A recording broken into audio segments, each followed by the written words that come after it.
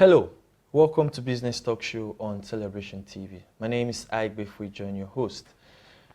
We're meant to understand that businesses are not created to succeed, but rather to grow. Now, in an attempt of growing that business, you're already succeeding in that business. Today on Business Talk Show, we'll be talking on tips on how to stay successful in whatever business you are doing. And I have with me in the studio Dr. Osigbeme, who I'll be introducing immediately after this short break. Please stay with us.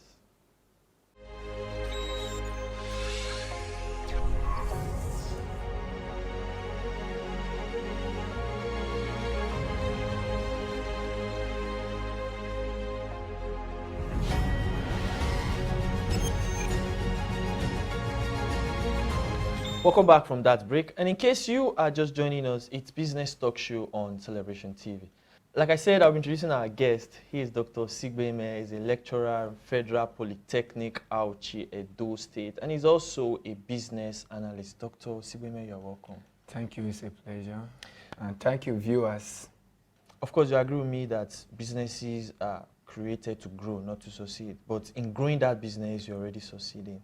Now, what are the tips or what do I need to know to stay successful in my business? Yeah, to stay successful in business, the startup is very essential. The major pivotal things you need is one, planning, two, passion. So a lot of persons take off in business without first of all taking stock of what they will require to be able to succeed in that business. So in taking off, you must first of all look at what kind of business do I want to go into? Okay. What is required for me to go into the business? What kind of growth projections am I expecting? And what are my timeline in delivery of this growth?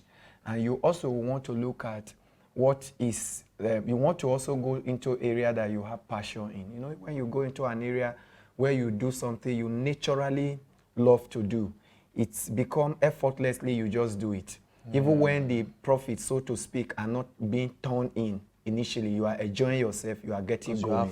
You have passion for it. Okay. It's not something that you just go into mechanically because somebody just say, I just want to do this. And more also importantly, you go into an area you are not also going to just to make money.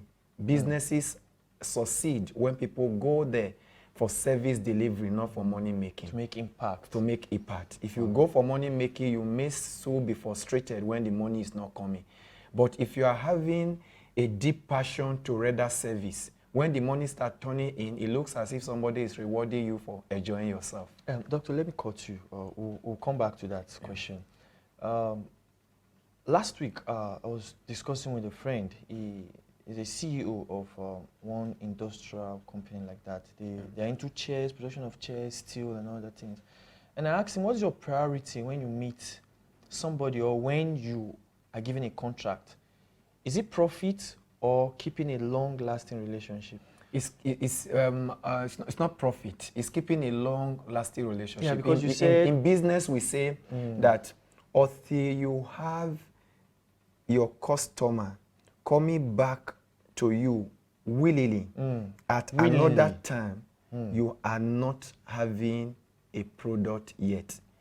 Quite so what send you a signal that you have a product is when customer willingly come to ask for that service at another time, not at the first time. Repeatedly.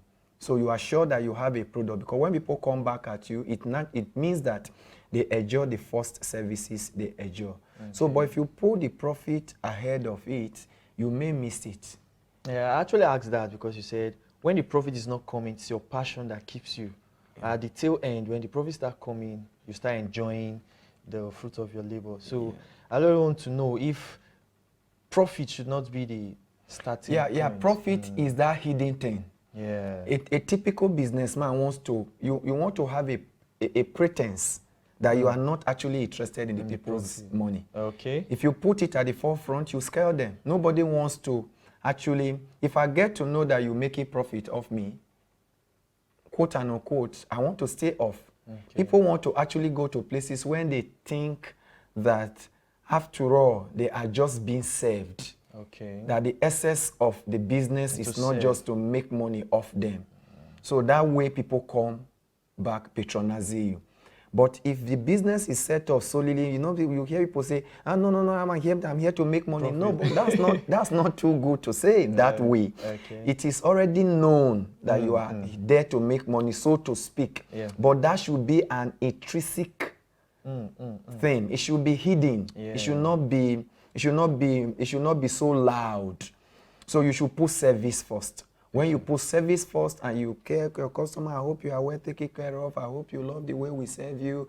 I hope you come back again and all of that. And you are here for them. Like we say, customers are not are disloyal. That's the way we say it. Customers are not loyal. So if you do not serve them and you have another person out there, they are going to go for the alternate business.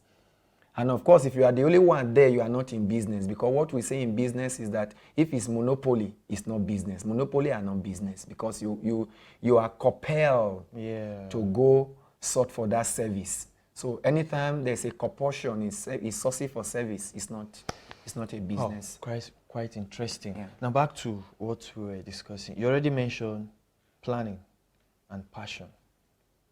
So what other tips or success tips do I need to know or put in place to stay successful in my business? You want to look at what is your budget plan. You want to take off a business. What is going to be the startup capital? Okay. What is going to be my profit projection rate? In 1 month of this business, will I be able to stay afloat? Okay. What is going to be the turnover I will make per day? Your per day will snowball into your weekly inflow. Your weekly inflow will snowball into monthly and all of that down to the year. Yeah. And business are routine. If you are able to repeat it in a month, then you are able to repeat in another month. You are able to stay a year. If you are able to stay a year, you are able to stay 1 year and 2 years and on. So far you say focus. So be focused is another very essential ingredient in getting a business stabilized and moving properly. Okay, someone was telling me about determination. You have to be determined in order to stay successful. And does it correlate? Yeah, very, very. It's necessary. Determination is that thing that differentiates there are people who are not in the business themselves, but what they are doing, they are just consultant. Difference between a consultant and the man you see in the street or in the shop or in the market selling the goods is determination.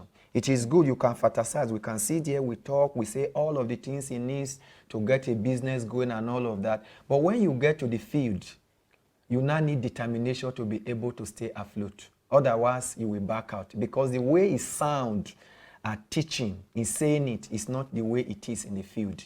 The field is a different ballgame. All right, doctor, you know, a lot of scholars have actually argued this. Yeah. The growth of or the sources of a business, where does it lie? Is it with the employer or the employee? Yeah, that's a good question. It depends on both of them. It's a synergy. Okay. I would draw an illustration. It's like a family. When you want to say the growth rate or the growth plan or the success of a family, is it dependent on the man or the woman? Or you look at a church, the growth of a church, is it dependent on the pastor or the members? The answer is simple, is both. If they do not build a synergy, there will be a failure. Okay. So if you need a business to be successful, the employer and the employee must have to have a collaboration to build a growth. Because if the employee runs at it alone, it can't work. If the employer does it alone, it can't work. But the employer has a major thing to do to first of all sell the goal, the vision, the mission, and the mandate of that business to the employees. So when the employees catches it, they run with it. And one other thing the employer must do from time to time is to also make sure that the employees see their future in that business. Because when you run a business that you do not see your future, it just looks as if you are being exploited. Okay. You must be able to have your future in that business, that you can see that, look, if I stay late at work, it's because it's bringing more comfort for my family. If I want to go home and my car breaks down, it's because I'm looking to change that car very soon because the business or the job that enable me do that. So, but when all of these are upset, then you see the person is like you are being exploited, you are tired and all of that, you are found out, it's like you are working for the employer. So the employer must do something very serious to make the employee know that, look, inside this, you have your success, you have your sustainability, you have your future. Yeah. In doing that. In doing that business. Okay, doctor. Now, this question is quite interesting. Yeah. Customers' satisfaction or customers' relationship, is it also a factor in staying successful in business? Because like you actually said that your main focus is to get loyal customers that patronize you repeatedly. Yes. Now, is that also a factor of staying successful, customer satisfaction? Yeah, customer satisfaction is key. You know the cliche we say that the customers are never wrong. Yeah, it's actually right. Yeah, that's right. In that's business. right because in business, because you are there for them. Okay. You are there for them. When they demand or when they demand for changes you think are not necessary to keep that business going, the duty, the onus lie on you to be able to do exhaustive explanation because you have to keep them. Okay. Yeah, because you know you have competitors out there. If you do not keep them, like I said earlier, customers, we say they are disloyal. We say customers are not reliable because they will turn to the next business, your close competitors. So you must do everything to be able to keep them, to be able to explain to them. So your ability to grow your customer will also show in your cash flow. If your cash flow is coming in, then you are able to do business expansion. If you are able to do business expansion, then you are able to talk about growth. If you are able to talk about growth, and of course you can now be talking about how much profit am I able to make in all of this fiscal period, financial period and all of that. Okay, doctor, before we go on a break, I attended a seminar. And one of the facilitators was talking to us, and he said, improving your quality. Yeah. No matter how hard the market is, don't reduce your quality, but you can reduce your quantity. Do you agree with that? Because like he said, your quality is your brand, and your brand is you. So don't reduce your quality, but you can reduce your quantity. Yeah, that I agree with. You will see, if you check in Nigeria, you check immediately the inflation setting. A lot of the product in the market, there's something that interesting that is happening. Okay. If you check the size of gala currently, the quality is intact, the quantity has been reduced. Okay. The quality is intact. Intact, Okay. but the quantity is reduced. Okay. The customer do not actually most time care about the quantity. They care about two things, the quality and the pricing. Wow, quite So you can't keep the price constant. Keep the quality constant, vary the quantity. Okay. Yeah. If you also look at Take it again. You can keep the pricing constant and keep the quality constant, then vary the quantity. Wow. That way you are able to keep your customer, because now you are brainstorming. How do I keep my customer that such a way that I'm able to do healthy competition with those I'm competing with in the market? And so to be able to do that, you go to play with these three variable factors. So when you keep the quantity when you vary the quantity, you go to keep these two constant. And that way you are able to stay afloat. And I gave example. If you also look at close up, you see, if I look at what happened initially where Cowbell, the sachet milk, it was Cowbell that entered that business first. The Peak milk and the 3 Crown stayed with their traditional tin milk. But a little distant time, they realized that they were losing out of the market because Cowbell took almost all of the market. But you saw what they did. They came back to the market, reducing quantity, maintaining quality. And making sure that pricing, if you either two things you can do to price, either you keep it constant or you lower it. Because in these two things, it's favorable for the customer. Wow. Anything you do that doesn't favor the customer, remember that caveat. Customers are not loyal. Wow, that's interesting. I believe you are enjoying yourself. Dr. Sigbeme is still here with us. We'll just go on a short break, and when we are back, we have a lot in stock for you. Please stay with us. Many people start a business believing all they need to do is open the doors and the money will start flowing in. It's much more difficult than that, but these 9 steps can help a new business succeed. First, get organized. Complete tasks and stay on top of what needs to be done. Create a to-do list and check off items as you complete them. Next, keep detailed records so you always know where the business stands financially and what challenges await. Analyze your competition. They may be doing something you can implement yourself to make more money. Understand the risks and rewards. Taking the right risks is the key to being successful. But first ask, what's the downside? If you know the answer, you know the worst-case scenario, and that can guide your difficult decisions. Be creative. Be open to new ideas and make your business stand out. Stay focused. Rome wasn't built in a day, and neither is a lucrative business. It takes time to get the word out, so focus on short-term goals. Prepare to make sacrifices. Getting a business's doors open takes a lot of work, but that's just the start. In many instances, succeeding requires spending less time with family and friends. Provide great customer service. Consumers will frequent businesses that take the best care of them.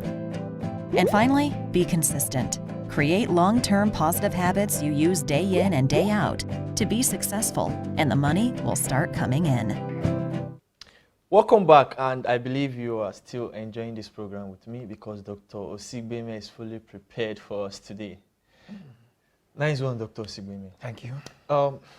Just last week or last 2 weeks, we celebrated the just concluded skill acquisition organized by the Restoration Apostle and Dynamic Mother, Professor Johnson and Dr. Lizzie Suleiman. Now, this skill acquisition program, we're told that over 200 persons were empowered and several skills were taught. So can you brief us about some of these skills and what was the idea about this? Yeah, just to correct you a little, over 300. We train over 300. Okay. Yeah, of church members.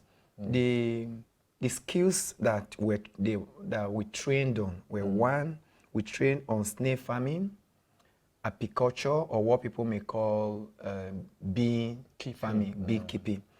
Then logistics, event management, web design and digital Snail marketing. farming. Yeah. Then fishery and cosmetology.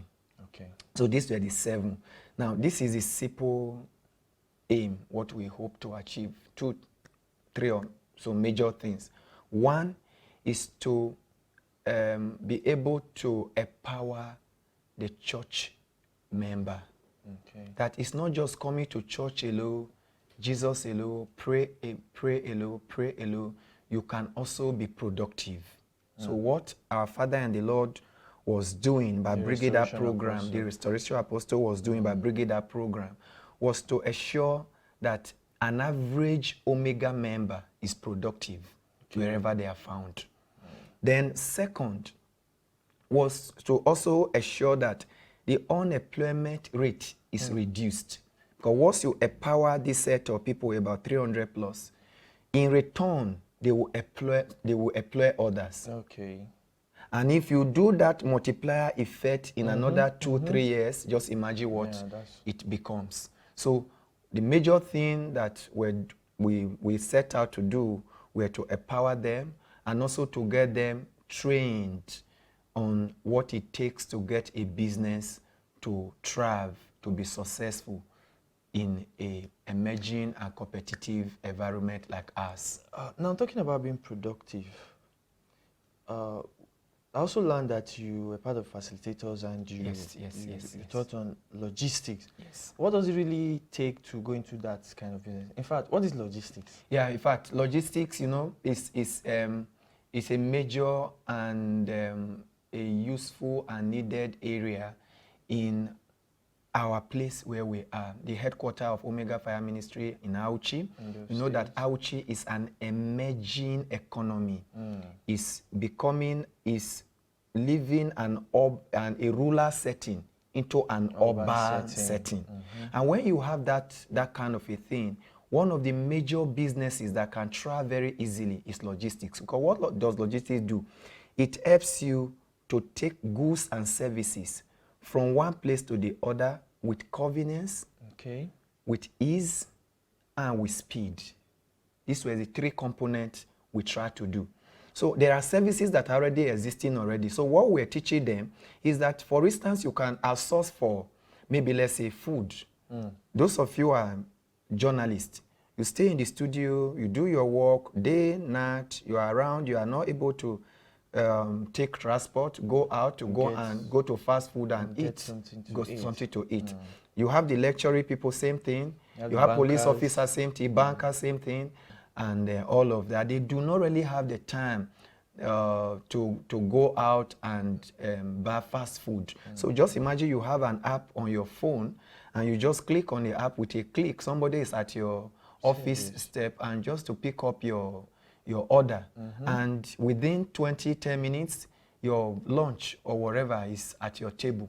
So Doctor, that is what does what it take to start a logistic? Do I really need to get a car, a tricycle, a motorbike, or I can also register with any person that has this, and all I just do is the first thing you need to start a business is not all of those facilities. You need them, but it's an idea. Okay. If you have the idea, you can outsource for a bike. Wow. And you may not even have an employee. You can start it yourself. Pick the orders yourself. You may not even start with an app. You can start by just advertising that your number is available for call. Do some flyers from offices to offices and advertise it. Pick the call. As it grows, you upgrade yourself. So, but if you have the wherewithal to be able to buy a bike, good. If you can start by buying, but I will not advise somebody buy a car, buy a bike, start that way. Because, when you start big, you have a problem of managing it. Because if you are given a big edifice to come and manage, then you are giving trouble. You may run it down. It's better to scale up than to scale down. Grow big. Yeah. If you start small and you are just able to oversee yourself alone, that is management. So you are learning management gradually and you are scaling up. It is better than you are giving a big edifice with 100 workers and you do not even know what it takes to manage the workforce. And you do not know what it takes to make the bike man to deliver. Now, Doctor, talking about the lucrativeness of this business, not using Auchi as a case study now. Like you said, a lot of bankers, lecturers, even pastors all over the world, most times find it difficult to go out to get these, to get what they actually want, either maybe visit the post office to send mails, get food to eat. It's everywhere, not just Auchi. So now what would be your advice to our youth who actually most times seek for white-collar jobs, they want to travel abroad? Some of us with certificates, we want to wait until we get that dream job of course. In fact, that's a very good question, excellent question. What we say, the proof that you are educated is that you do not seek for a job. Wow. So when you graduate and you say you are unemployed, it's an evidence that you were not educated but certificated. Okay. Because within your schooling period, if you were properly oriented, as you get midway, you should have been told to start thinking, outside school environment, what do I do to be able to survive, to be able to make another person have a reason why he should interact with me, why the person should see me as as somebody to collaborate with. So, and that's business. So anytime I take some of your trouble off you, I have done business. And the thank you give me is monetary. It's simple. So when people come out of school and they say that they are not employed, it simply means that they were not properly trained. If they were properly trained, you look around. Business is easy. Are you saying that around you, within you, nobody has a challenge, nobody Yeah. has a problem? Look and For a think, how do problem, I how solve to their solve problem? it. Quite Somebody interesting. is complaining that the house help confess witch and all of that. So I bring up error services, that's logistics. Just come to my outlets, outsource my what we popularly called house help. I will send them to you. The one you can even decide that the one I sent to your house this week to do laundry work, cooking, and all of that will not be the one to come the next week. So where will witchcraft come in? Quite interesting. So I solve somebody's problem. Yeah, a business actually to solve problem. Yeah. Our time will not actually allow us to go far. So just a word of advice to our viewers, youths, and business. Yeah, owners. my advice to the viewers is that the only way to go is business. They say when you stay on a paid job, you give your children liability. But when you develop a business, you give your children heritage. So the only thing to do is to be in business and to be in it in a healthy way. Thank you, Dr. Osigweme, for finding time to share with us. Thank you so much for You've having heard it me. all from Dr. Osigweme. The only thing you can pass on to your generation, like I've always said, is your business, not your job. So get a business to sustain your generation. Thank you for staying tuned with us. Thanks to all production staff who made this production a wonderful episode. C. Amos Wise, Nicholas Walter, and also Peter Eze, the man behind the MCR, and also to wonderful editor, Mr. James Olusegun. My name is Agbefwe John, and this is how far we can go today on Business Talk Show. Hope to see you same time, same station. Stay blessed.